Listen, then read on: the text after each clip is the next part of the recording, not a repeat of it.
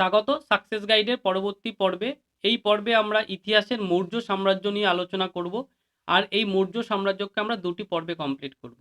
আজ আমরা মৌর্য সাম্রাজ্যের প্রত্যেকটি কোশ্চেন খুঁটিয়ে খুঁটিয়ে তুলে এনেছি এবং বিগত বছরে যে পরীক্ষাতে আসা মৌর্য সাম্রাজ্য থেকে যে কোশ্চেনগুলো এসেছিল সেগুলোও আমরা তুলে নিয়ে এসেছি। শুরু করার আগে চ্যানেলটি সাবস্ক্রাইব করো, অল নোটিফিকেশন অন করো, যাতে আমরা কোনো ভিডিও আপলোড করার সাথে সাথে তোমরা নোটিফিকেশন পেতে পারো। তাহলে শুরু করা যাক আজকের পর্ব।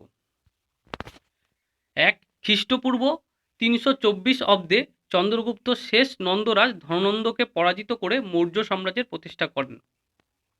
তাহলে মৌর্য সাম্রাজ্যের প্রতিষ্ঠা কত খ্রিস্টপূর্বাব্দে হয়? 324 খ্রিস্টপূর্বাব্দে হয়। কোন বংশকে ধ্বংস করে মৌর্য বংশের প্রতিষ্ঠা হয়? নন্দ বংশকে। এবং নন্দ বংশের শেষ রাজ কে ছিলেন? ধননন্দ। বিশাখ দত্ত রচিত মুদ্রা রাক্ষস নামক নাটকে চন্দ্রগুপ্তের সাথে নন্দ বংশের বিরোধ ও চন্দ্রগুপ্ত কর্তৃক মগধের সিংহাসন অধিকার, কৌটিল্য কর্তৃক চন্দ্রগুপ্তের শত্রুদের বিনাশ প্রভৃতি ঘটনা উল্লেখ আছে। ব্রাহ্মণ্য সূত্রে চন্দ্রগুপ্তকে মুরা নামক এক শূদ্রা রমণীর সন্তান বলা হয়েছে। জৈন পরিশিষ্ট পার্বণে চন্দ্রগুপ্তকে ময়ূরপোষক গ্রামের গ্রাম প্রধানের কন্যার সন্তান বলা হয়েছে। মহাপরিনির্বাণ সূত্র ও দিব্যাবদনের মতে বৌদ্ধ সূত্রানুযায়ী নেপালের তরাই অঞ্চলে অবস্থিত পিপ্পলি বনে বসবাসকারী ক্ষত্রিয় মৌর্য বংশে চন্দ্রগুপ্তের জন্ম। এর থেকেই মৌর্য কথাটির উৎপত্তি হয়েছে। পরীক্ষায় কোশ্চেন আসে মৌর্য কথাটির উৎপত্তি কোথা থেকে হয়েছে? মৌর্য থেকে বা মৌর্য বংশ থেকে মৌর্য কথাটির উৎপত্তি হয়েছে। প্রত্যেকটি কোশ্চেন খুব ইম্পর্টেন্ট, তোমরা পড়তে থাকো এবং আগামী পরীক্ষার জন্য তোমাদের প্রিপারেশন কমপ্লিট করতে থাকো। অর্থশাস্ত্র রচয়িতা কৌটিল্য অনেকের মতে চাণক্য বা বিষ্ণুগুপ্ত, যিনি ছিলেন চন্দ্রগুপ্তের প্রধানমন্ত্রী ও পরামর্শদাতা। তাহলে অর্থশাস্ত্র কে রচয়িতা করেন? কৌটিল্য। কৌটিল্যের আর নাম কি? কৌটিল্যের আর নাম চাণক্য বিষ্ণুগুপ্ত। কৌটিল্য কে ছিলেন? চন্দ্রগুপ্তের প্রধানমন্ত্রী এবং প্রধান পরামর্শদাতা। রুদ্রদমনের জুনাগড় শিলালিপিতে সৌরাষ্ট্রে চন্দ্রগুপ্তের শাসনকর্তা পুষ্যগুপ্তের কথা উল্লেখ আছে। তাহলে সৌরাষ্ট্রে যে চন্দ্রগুপ্তের শাসনকর্তা ছিল তার নাম কি ছিল? তার নাম ছিল পুষ্যগুপ্ত। এটা কোথা থেকে জানা যায়? এটা জানা যায় জুনাগড় শিলালিপি থেকে। পুষ্যগুপ্ত সৌরাষ্ট্রে সুদর্শন হ্রদ নির্মাণ করেছিলেন। খুব ইম্পর্টেন্ট কোশ্চেন। সৌরাষ্ট্রের সুদর্শন হ্রদ কে নির্মাণ করেছিলেন? পুষ্যগুপ্ত সৌরাষ্ট্রের সুদর্শন হ্রদ নির্মাণ করেছিলেন। খ্রিস্টপূর্ব 305 অব্দে সেলুকাসের সাথে চন্দ্রগুপ্তের যুদ্ধে চন্দ্রগুপ্ত জয়লাভ করেন এবং তাদের মধ্যে সন্ধি হয়। সন্ধির শর্তানুসারে সেলুকাস চন্দ্রগুপ্তকে কাবুল, কান্দাহার, জিরাট ও বেলুচিস্তান প্রদান করেন এবং তার মেয়ের সাথে চন্দ্রগুপ্তের বিবাহ হয়। বিনিময়ে চন্দ্রগুপ্ত সেলুকাসকে 500 হাতি উপহার দিয়েছিলেন। চন্দ্রগুপ্ত মৌর্যের সময় পর বা চন্দ্রগুপ্ত মৌর্যের সময় সুরাজ তুষাম্পা কাথিয়াবাড়ের শাসনকর্তা নিযুক্ত ছিলেন। অর্থাৎ চন্দ্রগুপ্তের শাসনকালে কাথিয়াবাড়ের শাসনকর্তা কে ছিলেন? সিরাজ তুষাম্পা। জৈন ধর্ম গ্রহণের পর চন্দ্রগুপ্ত মৌর্য মহীশূরে শ্রাবণ বেলগোলা নামক স্থানে চন্দ্রগিরি নামক পাহাড়ে অনশনে দেহত্যাগ করেন। তাহলে চন্দ্রগুপ্ত মৌর্য কোন ধর্মাবলম্বী ছিলেন? চন্দ্রগুপ্ত মৌর্য জৈন ধর্মাবলম্বী ছিলেন। চন্দ্রগুপ্ত মৌর্য শেষ জীবন কোথায় কাটায়? চন্দ্রগুপ্ত মৌর্য শেষ জীবন শ্রাবণ বেলগোলা কাটায়। এই শ্রাবণ বেলগোলার চন্দ্রগিরি নামক পাহাড়ে তিনি অনশনে দেহত্যাগ করেন। চন্দ্রগুপ্তের সময় গ্রিক রাজ সেলুকাস দূত মেগাস্তিনিস ভারতে এসেছিলেন। মেগাস্তিনিসের লেখা গ্রন্থটি হলো ইন্ডিকা। চন্দ্রগুপ্তের পর তার পুত্র বিন্দুসার অমিত্রাঘাত উপাধি নিয়ে সিংহাসনে বসেন। এই অমিত্রাঘাত কথাটির অর্থ হলো শত্রু নিধনকারী।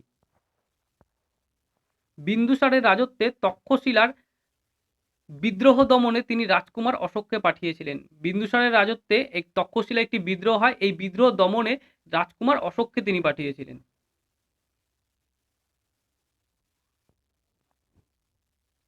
তিব্বতের ইতিহাসকার বা ইতিহাসবিদ তারানাথ জানিয়েছেন বিন্দুসার 16টি নগরীর নৃপতিদের পরাস্ত করে পূর্ব থেকে পশ্চিম সাগর পর্যন্ত বিশাল ভূখণ্ডের অধীশ্বর হয়েছিলেন।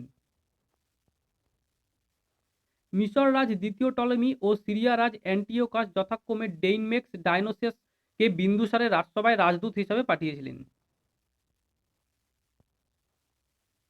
বিন্দুসার তক্ষশিলায় উদ্বৃত্ত বিদ্রোহকে দমনে তার জ্যেষ্ঠ পুত্র সুসীমকে প্রেরণ করেছিলেন। বিন্দুসারের পর তার পুত্র অশোক খ্রিস্টপূর্ব 273 অব্দে সিংহাসন আরোহণ করলেও তার আনুষ্ঠানিক অভিষেক হয়েছিল 269 খ্রিস্টপূর্বাব্দে। দিব্যবদন ও সিংহলীয় বৌদ্ধ বৃত্তান্ত অনুসারে অশোক তার 99 জন ভাইকে হত্যা করে সিংহাসন গ্রহণ করেছিলেন। প্রত্যেকটি কোশ্চেন খুব ইম্পর্টেন্ট, তোমরা দেখতে থাকো, আগামী পরীক্ষার জন্য প্রিপারেশন নিতে থাকো। আমরা 0 থেকে 100 লেভেল প্রত্যেকটি কোশ্চেন আলোচনা করছি, যা আগামী পরীক্ষার জন্য তোমাদের খুব হেল্পফুল হবে। তো চ্যানেলটি সাবস্ক্রাইব করো, অল নোটিফিকেশন অন করো, যাতে আমরা কোনো ভিডিও আপলোড করার সাথে সাথে তোমরা নোটিফিকেশন পেতে পারো। মার্কস লিপি ও জুনাগড় লিপিতে অশোক নামটি পাওয়া গেছে। তাহলে অশোক নামটি কোথা থেকে পাওয়া গেছে? মার্কসকি লিপি বা জুনাগড় লিপি থেকে পাওয়া গেছে। অশোকের ত্রয়োদশ শিলালেখ থেকে বা শিলালিপি থেকে তার কলিঙ্গের সাথে যুদ্ধের বিবরণ পাওয়া যায়। এই কলিঙ্গ যুদ্ধ কত খ্রিস্টপূর্বাব্দে হয়? কলিঙ্গ যুদ্ধ 261 খ্রিস্টপূর্বাব্দে হয়। কোনো কোনো বইতে 260 খ্রিস্টপূর্বাব্দেও উল্লেখ করা আছে। কলহন রচিত রাজতরঙ্গিনী থেকে জানা যায় যে অশোক প্রথম জীবনে শিবের উপাসক ছিলেন। তাহলে অশোক কিসের উপাসক ছিলেন প্রথম জীবনে? কোন দেবতার? অশোক প্রথম জীবনে শিবের উপাসক ছিলেন। এটা কোন ধর্মগ্রন্থ থেকে জানা যায় বা কোন গ্রন্থ থেকে জানা যায়? রাজতরঙ্গী নামক গ্রন্থ থেকে জানা যায়। কলিঙ্গ যুদ্ধের পর অশোক উপগুপ্ত নামক সন্ন্যাসীর নিকট বৌদ্ধ ধর্মে দীক্ষিত হয়। তাহলে অশোক কার কাছে বৌদ্ধ ধর্মে দীক্ষা নিয়েছিলেন? অশোক উপগুপ্তের কাছে বৌদ্ধ ধর্ম দীক্ষা নিয়েছিলেন, অর্থাৎ অশোকের গুরু হলেন উপগুপ্ত। অশোকের প্রথম শিলালিপি থেকে জানা যায় যে বৌদ্ধ ধর্মে দীক্ষিত হবার পর অশোক উপগুপ্তের সাথে বৌদ্ধ তীর্থ ভ্রমণে বের হন। ভাবরু লিপি থেকে বৌদ্ধ ধর্মের প্রতি অশোকের গভীর শ্রদ্ধার আভাস পাওয়া যায়। এই প্রত্যেকটি লিপি তোমরা খুব মনোযোগ সহকারে দেখো, যাতে আগামী পর্বে বা আগামী পরীক্ষার জন্য তোমাদের খুব উপকার হয়। তৃতীয় বৌদ্ধ সংগতির সিদ্ধান্ত অনুযায়ী বৌদ্ধ ধর্ম প্রচারের উদ্দেশ্যে অশোক মজাচাম্বিতকে কাশ্মীর ও গান্ধারে, মজ ঝিমকে নেপালে, মহাধর্ম রক্ষিতকে মহারাষ্ট্রে, মহাদেবকে মহীশূরে, রক্ষিতকে বারাণসীতে এবং তার পুত্র মহেন্দ্র এবং কন্যা সংঘমিত্রাকে সিংহলে প্রেরণ করেছিলেন।